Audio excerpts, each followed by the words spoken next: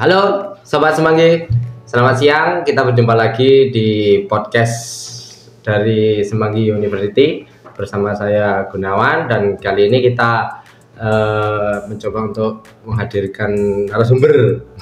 Ya, tapi kebetulan kita berdiskusi saja teman-teman bersama dengan Pak Arman dari PT Solusi Kartu Indonesia. Siang Pak Arman. Siang Pak Gunawan. Waduh, gimana kabarnya Pak Arman? Alhamdulillah luar biasa. Gimana Pak Gunawan ini? Mantap Jaya. Oke. Okay.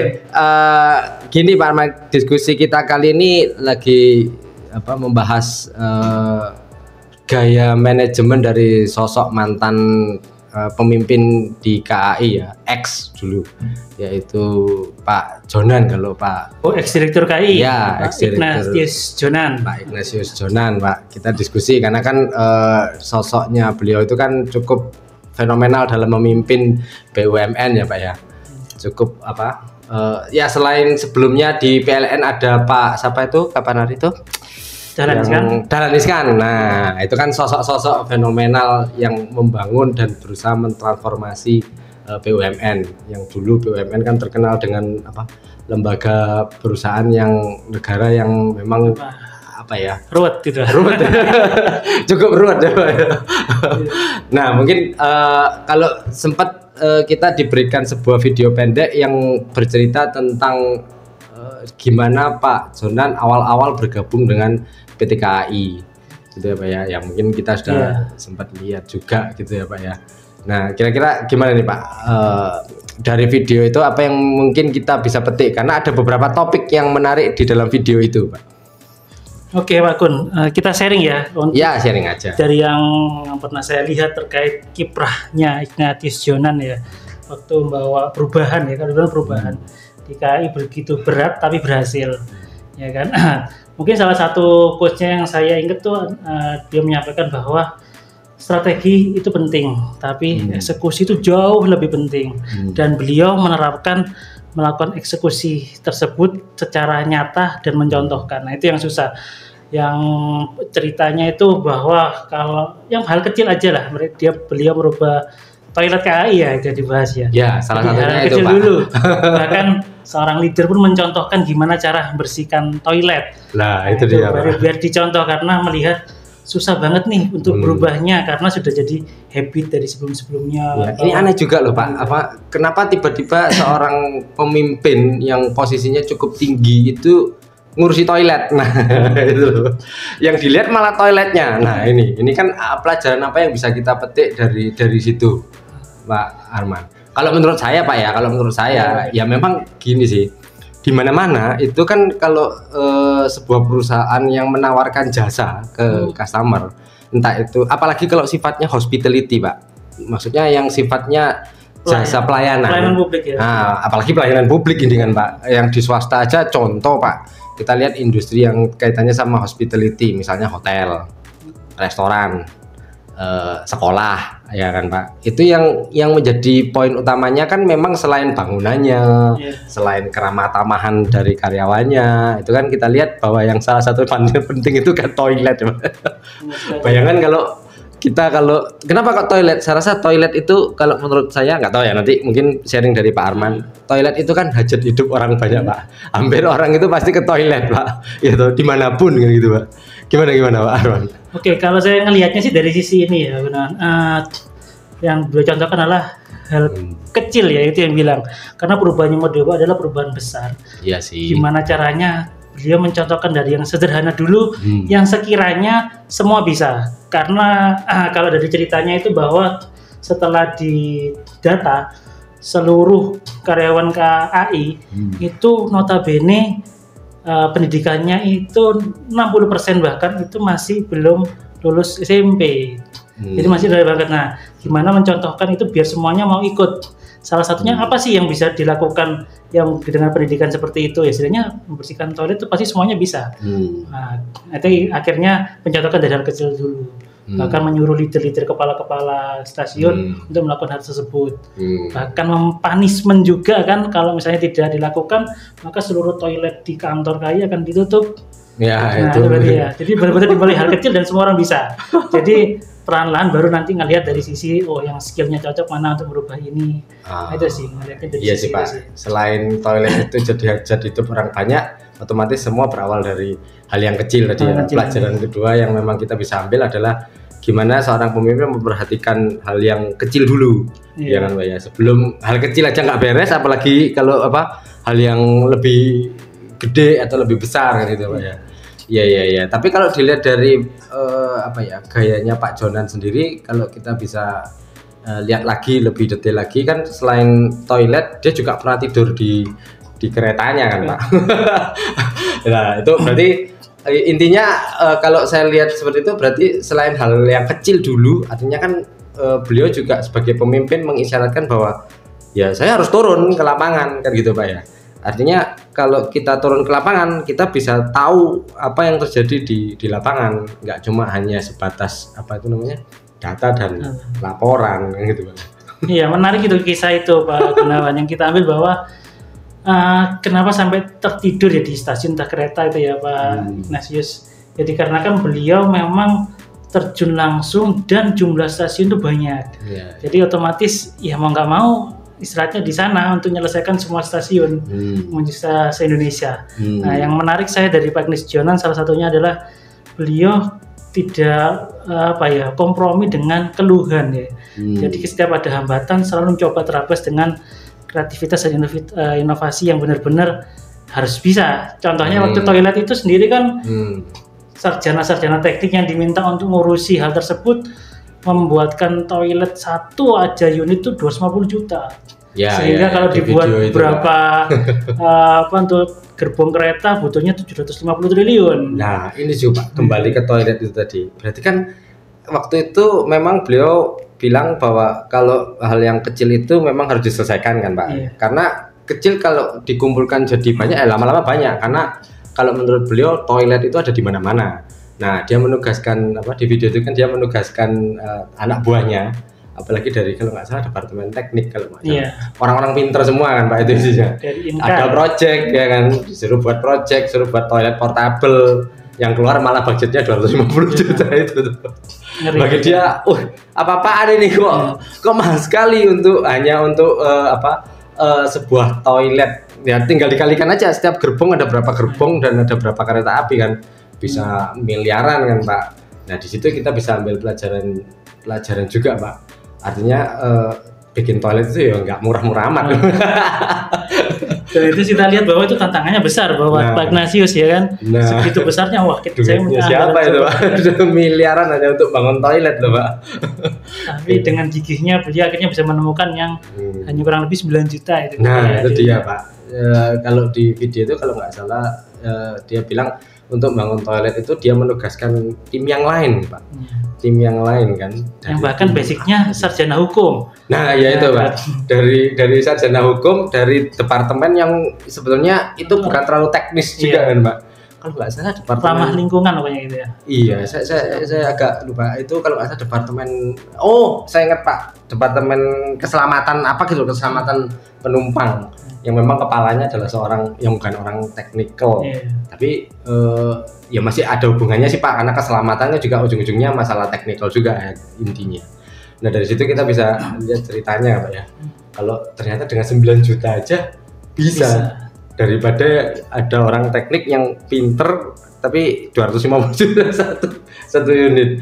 Nah kalau kira-kira Pak Arman gitu tuh, kalau melihat seperti itu apa Pak yang kira-kira pelajaran yang mau kita ambil dari beliaunya ini sebagai seorang leader gitu, pemimpin? Iya, yang pasti benar-benar harus punya tujuan yang jelas mau dibawa kemana, itu yang pasti. Tadi memang strategi ya. Terus eksekusinya jangan sampai mangkrak, dalam artian nggak boleh nih ada alasan apapun ya harus tetap menuju goal tersebut. Ya termasuk tantangan 250 juta per unit toilet pun dia akhirnya menemukan solusi ya, karena punya goal dan melakukan eksekusinya sendiri ya kan. Sebab yang beliau tidak turun sendiri mungkin tidak akan nemu nih yang sampai seharga 9 juta.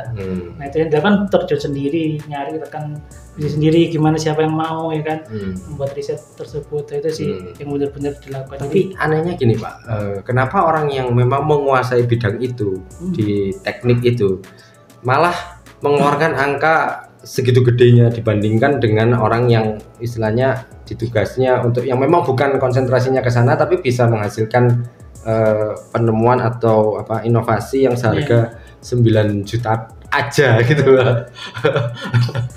Ya mungkin dari sistemnya juga jauh beda nih Pak Gun ya. Pasti Wonders Robot kita punya basic atau hitungan tersendiri.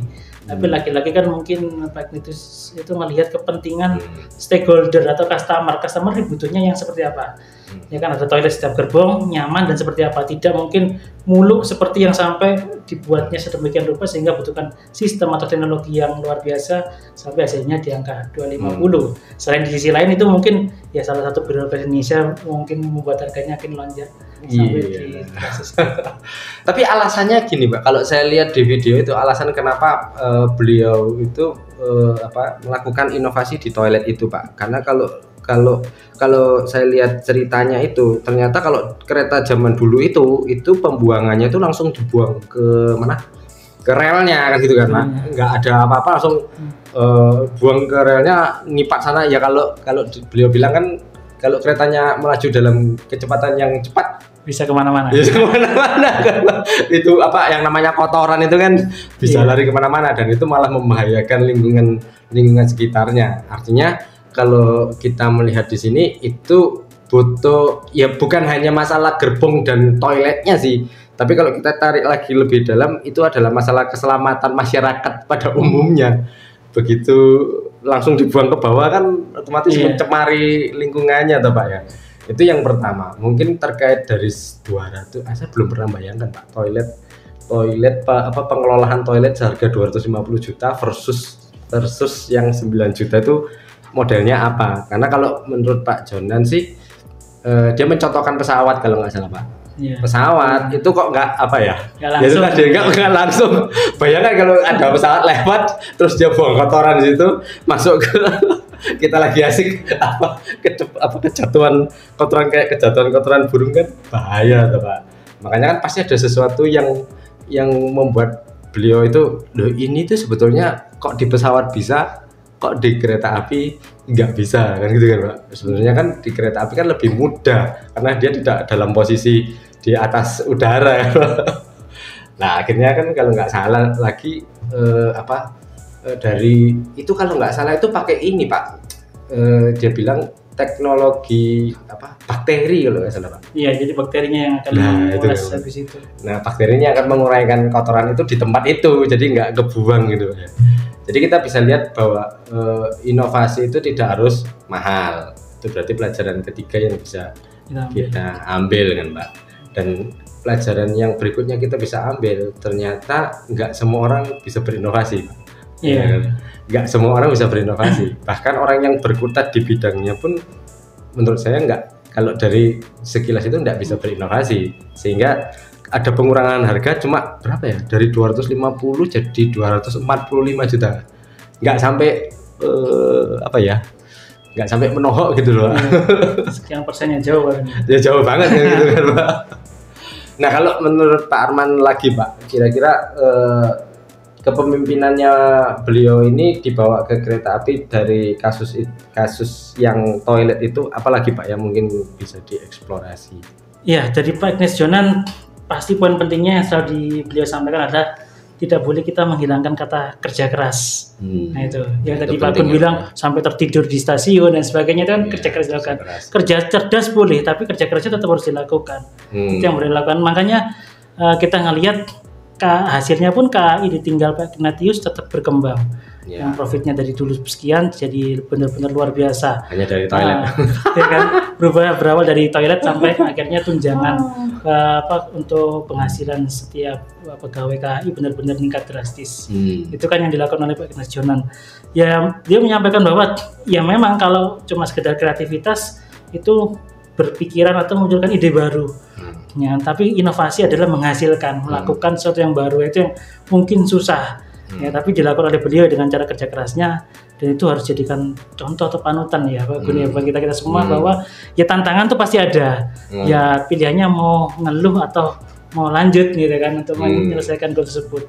Dan jangan dikira bahwa seorang Ignatius yang super gitu pun juga dibilang nggak pernah menyerah, pernah. Kalau saya singkat ceritanya pernah, sampai dia curhat ke keluarganya, ke istrinya, tantangannya seperti ini ya kan. Di KAI ini pendidikan yang sangat minim, bahkan sarjananya pun bisa dihitung dengan jari. Nah, bisa sampaikan tantangan saya besar, saya tak mundur aja daripada nggak bisa menjalankan amanah. Tapi intinya beliau menyampaikan, diingatkan bahwa kok sudah nyemplung ya kan, ya sudah selesaikan komitmenmu. Ya kan, makanya dia juga nego terkait waktu. Dia minta jangan 3 tahun deh, 5 tahun saya untuk benar-benar bisa menghasilkan sesuatu yang akan sustain. Beliau tinggal pun tidak akan berubah ya kan, sampai berkembang. Terus terakhir nih Pak Gun yang mungkin saya ingat terkait teknologi ya, ke-IT-an. KAI sekarang kan sudah nggak sampai tradisional dengan calo-calo tiket lagi, karena sudah serba elektronik. Itu pun dilakukan belakangan, bukan di awal. Karena beliau menyampaikan bahwa terkait teknologi itu yang penting pertama bukan injek aplikasinya dulu, tapi merubah mindsetnya dulu semuanya. Nah, karena memang ketika kita langsung menghasilkan sesuatu yang baru, mindset yang di dalamnya ini belum dirubah semuanya secara serentak, akan kesusahan nih. Banyak penolakan akhirnya nggak jadi juga tuh. Tapi sekarang kan setelah berubah mindsetnya akhirnya teraplikasikan begitu wahnya ya kan teknologi kereta api saat ini. Itu sih kan, ini ya Pak ya, kita bicara ini tentang mindset ya Pak ya. Berarti ini ada banyak nih Pak sebagai kesimpulannya nih Pak, bagaimana seorang pimpinan atau pemimpin atau leader itu dalam mendorong perubahan di organisasinya Pak. Jadi kalau saya lihat kita bisa simpulkan bahwa yang pertama itu harus kerja keras tadi ya Pak ya. Jadi kalau nggak ada kerja, nggak ada yang instan, semua butuh kerja kan gitu kan Pak. Nggak mungkin tiba-tiba langsung jadi kan gitu Pak. Nah yang kedua hal detail tadi sampai beliaunya juga ngurusi hal-hal yang receh-receh, bahkan turun ke lapangan sampai benar-benar turun ngerasain gimana jadi penumpang dan lain sebagainya. Yang ketiga inovasi. Nah kalau nggak ada inovasi jelas nggak bisa menghasilkan apa-apa Pak. Nah ya yang lalu-lalu dipakai terus padahal itu nggak ada perubahan kan Pak. Nah untuk menghasilkan inovasi butuh kemauan atau mindset yang betul, karena kalau nggak ada mindset ya sama seperti orang-orang lama-lama yang masih pola kalau saya boleh bilang status quo, atau masih dengan pola yang dulu berhasil kan belum tentu yang dulu bisa kita pakai yang sekarang. Mungkin apa lagi Pak yang mungkin bisa kita tambahkan, yang mungkin kelima? Yaitu kita harus fokus sama stakeholder ya. Di sini kan Pak Ignatius memikirkan customer-nya KAI ya. Gimana biar bisa nyaman, karena kan mereka bilang nggak usah dirubah pun tetap rame kok ya kan, tetap padat ya kan, karena kereta api ya di situ satunya nggak ada kompetitornya nggak ada kompetitornya sudah jadi tapi itu ya dibukakan lah satu namanya paradigma atau pandangan bahwa kompetitor KAI ya itu nanti semuanya bisa lari ke bis loh, bisa lari ke ini iya sih Pak. Seperti cuma itu. Memang kalau yang paling efektif kereta api sih ya, harganya lebih ya udah 11-12 dengan bus lah Pak. Kalau pesawat kan udah jelas pasti langsung mahal Pak. Tapi antara bus dengan kereta api kan masih kurang lebih tipis-tipis lah Pak. Tapi kalau memang lebih murah mestinya kereta api lebih murah, karena kan sekali angkut dia bisa sampai berapa orang gitu ya, berapa orang kan Pak. Satu gerbong anggap aja 50 orang, kalau dia bawa 6 gerbong udah melebihi dari bus itu Pak. Jadi bebas macet juga Pak. Nah, iya. Itu sih ya, bebas macet pula. Oke. Dari hal itu kita bisa uraikan karakter dari pemimpin yang baik ya, bukan yang bagus. Kalau dia ngomong bagus, hampir semua pemimpin bagus. Kalau menurut saya hampir semua pemimpin bagus. Cuma tinggal dia bagaimana menjadikan pemimpin. Karena yang bagus itu belum tentu baik. Bisa jadi bagus itu didapat dari cara-cara yang mungkin ya bukan tidak bagus yang berarti jahat atau merugikan, tapi cara-cara yang kurang efisien kan tadi loh Pak ya kan. Jadi kalau yang baik itu sudah pasti landasannya pasti bagus. Oke, mungkin ada lagi Pak yang mau disampaikan terkait cerita ini? Banyak sekali Pak Gunya, tapi mungkin karena mungkin sesi kita juga yang nggak bisa panjang-panjang ya. Nah intinya kalau saya rangkum nih dari Pak Ignatius adalah mulailah dari hal kecil ya kan. Itu lagi ya. Itu tapi juga dari bagian dari strategi tentunya, bukan tanpa strategi. Dan lakukan eksekusi itu dengan cara mencontohkan ke tim. Kita sendiri juga rekan-rekan leader harus terjun ya kan, mencontohkan agar tim itu mengerti bahwa oh ini loh bisa dikerjakan, ya kan, bukan sesuatu yang tidak mungkin. Nah, itu dan juga perlunya transparansi goal biar mereka juga paham bahwa tujuannya untuk mereka juga ke depannya. Ya, ujung-ujungnya kan untuk mereka juga, untuk organisasi lah Pak ya. Perkembangan organisasi sangat tergantung pada perkembangan leadernya. Kalau leadernya nggak berkembang, ya organisasinya akan stuck atau akan ya di situ-situ aja Pak, nggak maju, ya nggak mundur, ya akan selambat sekali pertumbuhannya. Oke, baik Sobat Semanggi, itulah diskusi kita saya dengan Pak Arman terkait leadership yang mungkin bisa bermanfaat bagi teman-teman. Nantikan acara kita selanjutnya di Semanggi University. Sampai jumpa dan selamat siang.